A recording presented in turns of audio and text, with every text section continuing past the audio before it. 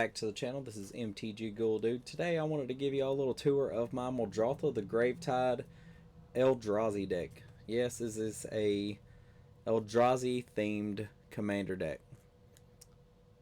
That's going to raise a lot of questions. It's going to make a lot of people hate in the comments. But, I mean, I'm here to have fun, and Muldrotha likes to bring all kinds of things back.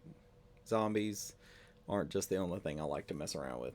So let's get into the ramp. You're going to want to pack a little bit more of the ramp that sticks on the board, like Soul Ring, stuff that you can sacrifice and bring back, Arcane Signet, Mind Stone for card draw later on, Talisman of Resilience, Talisman of Curiosity, Talisman of Dominance.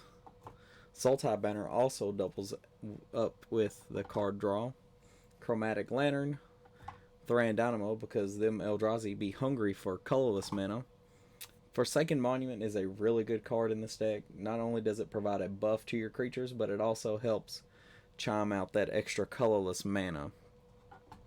From Beyond to help start spawning those Scion creature tokens, and later on in the game you can actually go for an Eldrazi to help finish off the game. Sylvan Scrying to look for one particular card, we'll get to that later. Rampant Growth, Harrow, and Roiling Regrowth to finish off to play lands later on. Now we're going to get into our creatures with Salvage Drone, Prophet of Distortion, Dimensional Infiltrator, Cultivator Drone, which actually does have some ramp on it, Thought Harvester, which is something to help ingest, Deep Fathom Skulker, which actually helps with card draw, Sludge Crawler, Slaughter Drone, Sky Scourer, Bearer of Silence, which actually helps with removal also,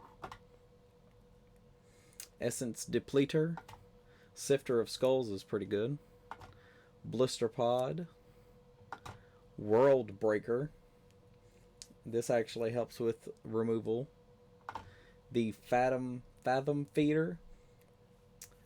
You can draw a card and everybody else exiles the top card of their library. Oh, get in there. Void Grafter enters the battlefield. It has Flash. A target creature you control gains hexproof until end of turn. Brood Butcher. It comes in with a Scion, and you can sack a creature to give a target creature -2/-2. Now here's one of the big ones, Sire of Stagnation. Sire of Stagnation draws a lot of hate, especially if you can get it out in those early turns. Now we're getting into our all colorless with Endless One, Oblivion Sower, because everybody loves Oblivion Sower, Conduit of Ruin, Bane of Balaged. And here we get into the big three, the ones that everybody's looking out for because nobody likes them. Starting off with Emrakul, the Promised End, because I like to cause the chaos. Kozilek, the Great Distortion, which helps with removal. And Ulamog, the Ceaseless Hunger. Now we're going to be doing a lot of stuff. So how are we going to help get those into the graveyard so we can play them? Well, we're going to have an Ugin to help play them later on to reduce that casting cost. And Ashiok. Ashiok is good for milling yourself, or you can just return something straight to the battlefield from somebody else.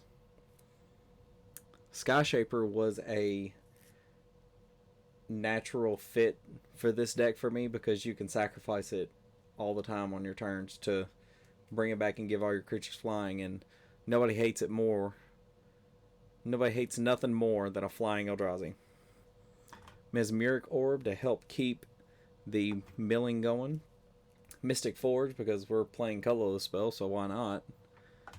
Eldrazi Monument. This just fit the theme and it just does great stuff, and it continues the whole why not Eldrazi fly. Keening Stone. Abotion's Desire. This is an older card. I didn't even know it existed until I looked around and I was like, huh, Muldrotha wants to fly. But I also wanted to have hexproof. Or, what's even better than Hexproof, Shroud. So, when you have Threshold, which is something that we're probably going to do very easily, especially with this next card, Traumatize. And if we can't get Muldrotha back out, we're just going to Living Death. Everything's going to get destroyed, and we're going to bring back everything from our graveyard. Heroic Intervention for a little bit of protection.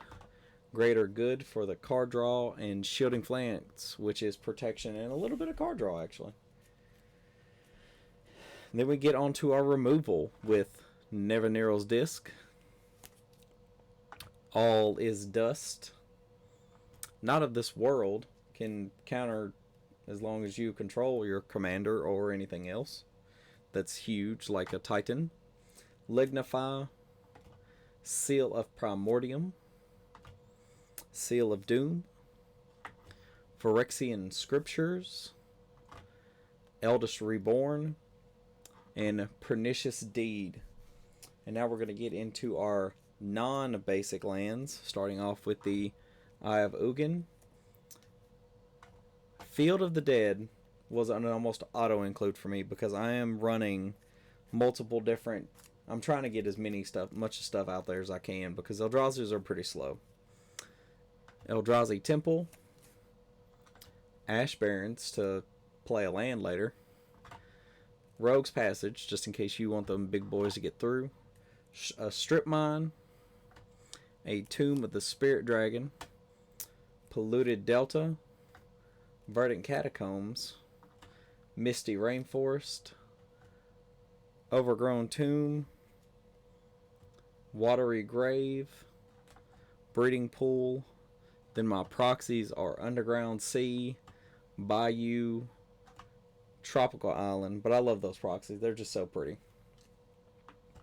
Llanowar Waste, Yavimaya Coast, Waterlogged Grove, Nurturing Peatland, and our 3-color lands with Command Tower and Zagoth Triumph. And I just love those beautiful full art foils. But that's going to be it for today, guys. I really appreciate y'all, all my subscribers and everybody. And everybody that likes, comments, shares. It really helps the channel, and I really appreciate it a lot. But that's going to be it for today, guys. And I will see you guys next time in the graveyard.